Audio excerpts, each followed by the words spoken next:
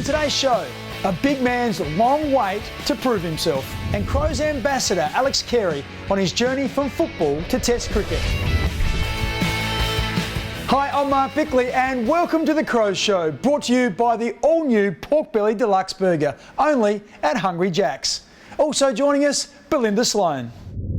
Bix, it's been nearly 20 years since you played your last game of footy, and the modern day footballer is so different than those of your generation. We'll take a look at some of those differences shortly. Belinda, it's an entirely new era. Now, one young player who's totally deserved his AFL recall is Kieran Strachan. 2 years after he debuted at the elite level and on the back of consistent performances in the SANFL, Kieran has been given another chance to prove that he can compete with the best. Brilliant ruck work from Strachan. Howard, he had that stolen by Strachan. Maybe that's exactly what they have to do. There's a long time between drinks for the first five, but no, every time I go out there, just pumped to put the jumper on and give it my best crack. I think every week I'm feeling more confident out there. Just, there's still some things to work on and some things that, I'd like to improve, but at the same time, I'm just taking confidence from every game, and, it's great to get the experience. It's been fantastic for Strawny over my last 18 months at the club, and just seeing him rapidly develop his ruck craft and his connection with our mids. And I love the way that he might have a tough start against an opponent, but he's able to, with his footy smarts, work his way through it and come out on top in more cases than not. So he's a really smart footballer as well. Nixie just said every week, just play your role, do the right things, and the opportunity will come. And I think sometimes I got a bit nervous and wanting to do more, and sometimes that sort of impacted my performance. So I think when I just do the little things and stick with that, generally puts me in a good form. I look up to Rob, and Rob, is so helpful, like him and Doc Clark, obviously. But Rob was like the first one to come over to me and sort of said, "Mate, you're probably going to be playing this week," and he's been fantastic. Like how he's handled the last 2 weeks. I'm pretty nervous and that sort of thing, but he's obviously played against all the ruckmen I have.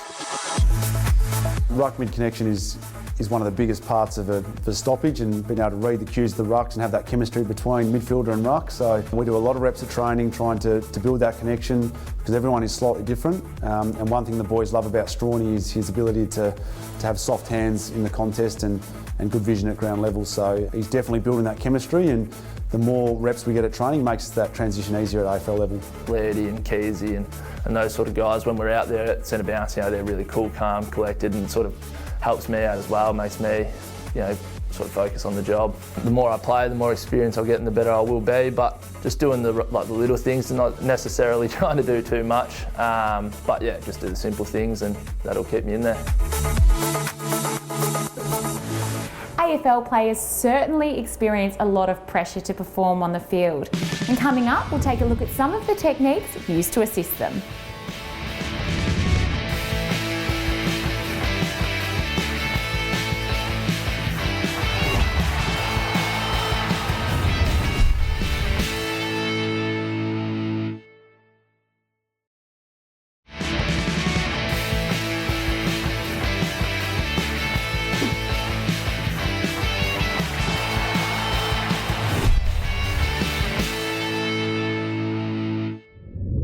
Jackson Hately epitomises the modern day athlete. He credits meditation, yoga and Pilates to helping him become a better player. So what does it all involve? Let's find out here at Humankind Yoga Studio.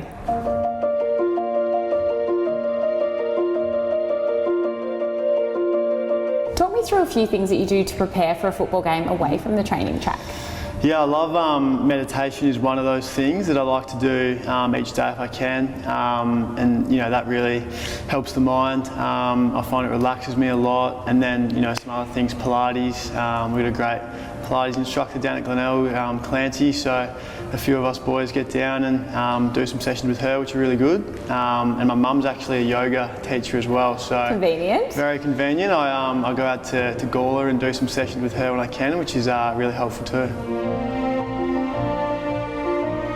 How do you make the things outside the training track a priority? Yeah, it's hard. I think early when I started it was all, and even before I got drafted, it was all sort of footy, and I think you find speaking to some of the older guys that balance is super important. So that's something that I've had to learn as I've sort of come in, and for me, I really feel how it helps. You know, I'll meditate and I'll do yoga, and I'll really, you know, feel that, and I'll feel more relaxed, and I'll find my body's in a better space. And what does game day look like for you? Do you bring in any of those learnings from yoga, Pilates? Yeah, I'll meditate on game day. That'll be part of my game day routine. About probably 4 or 5 hours before the game, I'll meditate and have a little bit of a nap, and then I find that puts me in a good sort of relaxed frame of mind, and then I'll sort of build into the game from there.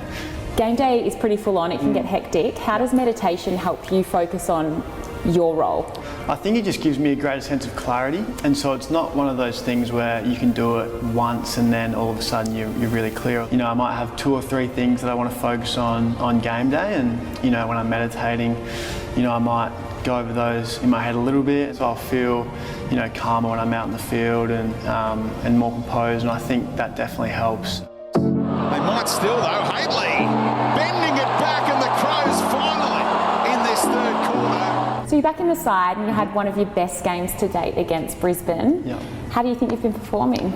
Yeah, I've been feeling good these last few weeks, and I felt like I've been building in some good form, and you know, similar to the team, I think we've played quite well these last couple of weeks in particular, and so yeah, really looking to play, you know, 4 quarters and get a win. Personally, I'm really enjoying playing in that midfield role, and you know, feeling like I'm helping the team. So just looking to continue to get better and keep going from there.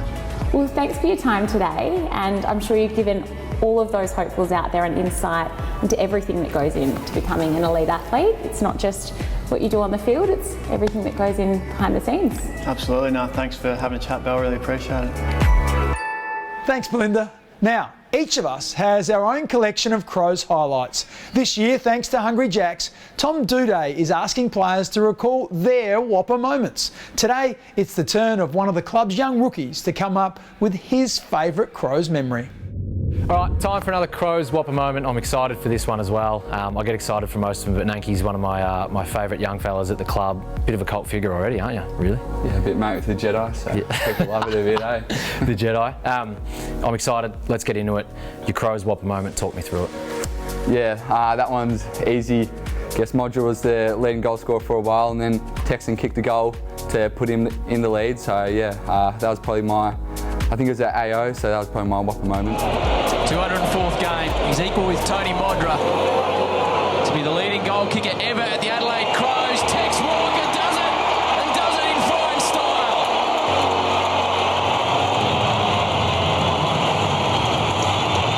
Yeah, it was a big day. We knew it was coming before the game, and Mods is obviously an all-time club legend, but for him, Tex, to go out and do it the way he did, the crowd knew about it. It comes up on the big screen after the game's celebration. It was huge. He's one of the best set shots, or probably the best set shot I've ever seen. Have you learned anything from him in your first couple of months at the club in terms of set shot, routine, ball drop, anything like that? Yeah, I've talked to him a fair bit about it, and he's just basically like, when you go back and watch him, he's just got the same routine. So that's probably what I've learnt, just routine. And then like angles coming in for like bananas and snaps in the boundary. So yeah, he's definitely been a big help. So he overtook Modra last year. He's kicked 500 recently. How many goals do you think you'll kick in your career, and how many games do you think it'll take you to get to 500? Yeah, definitely more than Rash, I reckon. So, yeah, won't be long, I guess. I'll focus on getting a game first and kicking it 1 goal. So I guess then we'll see what happens from there. Nah, you'll be there in no time, mate. Thank you for joining us. You did well. Beautiful. Cheers, great man. Appreciate it. Every time you attend an Adelaide Crows home game, you could score a free Whopper from Hungry Jacks. Simply download the Hungry Jacks app for your chance to win. Player rotations are a key element of game plans. After the break, we'll explore the strategies that drive the constant changes.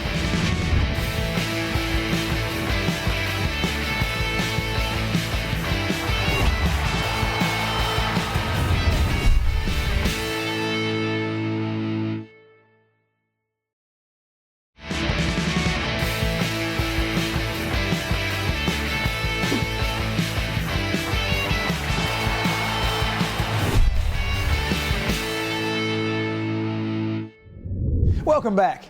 For most fans, the timing and tactics of rotating players on and off the bench remains a mystery. So, with the help of Dr. Jones and partners, let's get a clearer picture of why the changes are so important.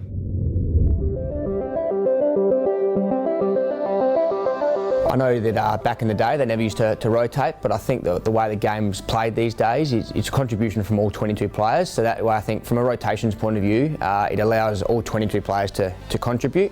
By having rotations, it helps us sort of mix and match and get different combinations on the field at different times. So the rotations cap is currently at 75 rotations for this year. It has changed for a while there. Clubs never rotated. Then I think it peaked at about 165 for us in 2012, and then the AFL decided to put a cap on it. So it went from 120 down to 90, and then now we're at the 75 for this year. So the rotations are largely coordinated from the bench. It's working with high performance staff and coaches. In the end, the high performance staff are just there to facilitate what the coaches want from a positional point of view. From the high performance point of view, what we add is our knowledge, understanding of players' physical capacities. It's always somewhat planned, the rotations, and when I say planned, very loosely. We tend to work with rotational groups. That way players know they're always sort of working within that group of 4 or 5 players, whether it be the defenders, the tall forwards, the inside midfielders. That being said, the game is the game and we have to adapt and go on the fly. So whilst there's always a loose plan, it's never set in stone, not for us anyway. When a player comes off, it is very much down to what they want individually. With the 75 rotations, they've generally got between 3 or 4 minutes now. So generally they'll take the first 30 seconds to a minute to just rest and recover, get some hydration in, maybe some lollies or something like that, depending on what they need. A lot of the senior players especially will want to come and find out what the coaches are seeing. After that, the players are always really edgy to get back on. Often they're asking, who am I getting, where am I going? With the 75, it's a matter of managing their time on the bench so they don't get back out there too quick and we run out of rotations too fast. This year, the Crows achieved an AFL first by becoming the only club to have its own TV and radio shows. So make sure you tune in to Sauce and Tomo on Triple M every Sunday morning at 9. Be there for some of our biggest matchups this season and save on ticket pricing. Our flexible 3-game membership gets you tickets to 3 games of your choice for only $35 per game. Head to crowsmembership.com.au for all the details and join the Crows family today. When Toyota ambassador Alex Carey was growing up in Adelaide, he excelled at both football and cricket. In his late teens, he decided to pursue a football career and joined Greater Western Sydney. But after being delisted, he returned home and switched to cricket. 10 years later, he's Australia's Test wicketkeeper and about to tour Sri Lanka. Thanks to Toyota, Alex found time to have a chat to Riley O'Brien. Carey brings up his 50 for the first time in a Test match in front of his home crowd. What a great moment. Hi Alex, great to have you here as a Australian cricketer and fellow Toyota ambassador. How are you going? Yeah, very well. Yeah, very excited to be here. It's a lot has changed since I've been here last, and Max Bashir Oval's now full of houses, but it's exciting to be sitting with you today. Great. You're obviously a superstar of world cricket now, but your road there was quite a unique one. Do you want to tell us a little bit about your AFL background? Yeah, it has been a bit of a funny journey. I think looking back to year 12 was the year I had to choose between cricket and footy, and at the time I selected footy. Carey inside forward 52 to pick from. Panos fades back. It was a clever kick, wasn't it? Led me to going to GWS for a couple of years. Didn't go the way I would have liked and would love to have been still playing footy now, but from getting the sack to now playing cricket for Australia is a very special journey, and I think the days in footy have definitely helped me get to where I have been. Beautifully done. It is Alex Carey, but they're a lovely set of hands. The wicket falls. Is there a player in the Crows team, past or present, that you'd describe yourself as a player? I'd love to say you, but I'm probably half your size. I think growing up, I've always been an AFL and Crows fan. From early years, Andrew McLeod was the guy that I loved watching play. I had the little white... So would you describe yourself as an Andrew McLeod No, definitely not. prototype? I had the little white bit of socks showing above the Crows socks. And then to move into probably playing days, I like to model my game little bit around Rory Sloane. I'm not overly quick, which has been made public, and there's been a fair few run-outs as well. So my pace isn't quite there, but I was probably more of an inside mid. Definitely not to his calibre, but if I could be anyone, I'd probably play like him. So what was the process like, and how did you feel after being let go by the Giants? Very difficult to take at the time, obviously, as a boy growing up wanting to play footy and playing cricket. To have that dream taken away hits you pretty hard, but I think I was very lucky to have a close family network to come back to South Australia, find my feet and work out what was next. Next week, Alex will talk more about his cricket career and also how Ned McHenry helped him make an important lifestyle choice. Stay with us. Shortly we'll meet a youngster with football pedigree who's being watched closely by the Crows.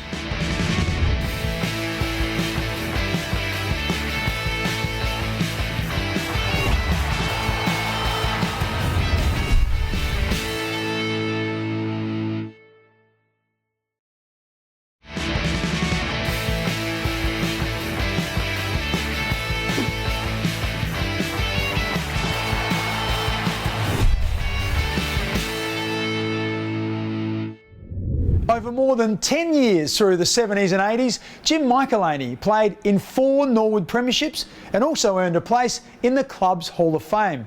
Now his son Max is tipped to be a high pick in this year's AFL draft. He's a member of the Crows' Next Generation Academy and the State Under-18 squad. Thanks to Bendigo Bank, we caught up with the pair at their family home.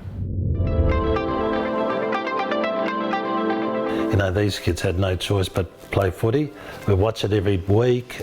Poor old Amanda, my wife, she has to put up with the football going non-stop. So it's a household that just is immersed in footy. He's basically pretty grounded. He's doesn't get in front of himself. He's just a normal pain in the neck around the house and, you know, doing stuff that he shouldn't be doing, like leaving his washing on the ground and not doing things like that. We support him, not trying to say, well, you know, it's not be all and end all if he gets drafted. If he doesn't get drafted, there's other things available for him. He's got Norwood, he's got good coaches out there. Great intercept mark by Max Michalanney. The Crows Academies have been really helpful in my development, especially Jared Mears getting me out there, including me with all the AFL boys, getting some experience on how they go about it, things like that. It's definitely fast-tracked my development, and I'm really grateful to be out there. It's been a wonderful experience for him. He comes back, it's really positive. I'm just hoping to put a couple good games together in the state champs, hopefully get picked for all of them, find some good, consistent form, and put my best foot forward. For Max, it's all in front of him, and we're just happy to support him. I'd be excited being down there myself amongst some of that crew. And you've had an insight what it's been like to be an AFL footballer, haven't you? Yeah, 100%. Max played for Ross Trevor College, which has produced 7 AFL draftees in the past 3 years.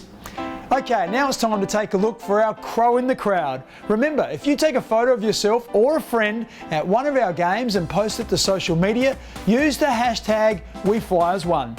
Again, plenty to choose from. Let's settle on you. Please email faceinthecrowd@afc.com.au with photo ID to collect your prize of 2 tickets to Toyota's exclusive Hilux Hill at Adelaide Oval. Now, thanks to Flight Centre, Matthew Nix joins us each week to answer a fan's question. And they're coming in from across the state and around the world. Today, Toby in New Zealand wants to know what the coach thinks of the club's future.